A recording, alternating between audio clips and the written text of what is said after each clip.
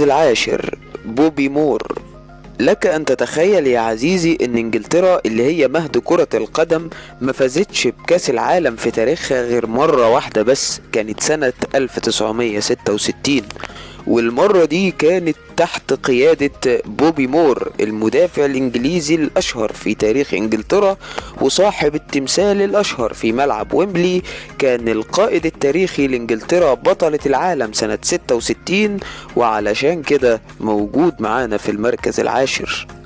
المركز التاسع زين الدين زيدان. بدايته مع منتخب فرنسا كانت بتوحي بنجم وقائد في الملعب حتى من غير شارة قيادة، كان محترف القيادة بمعنى الكلمة، وثباته في المستوى رغم توالي الأجيال عليه خلاه من أعظم لاعبي فرنسا عبر التاريخ.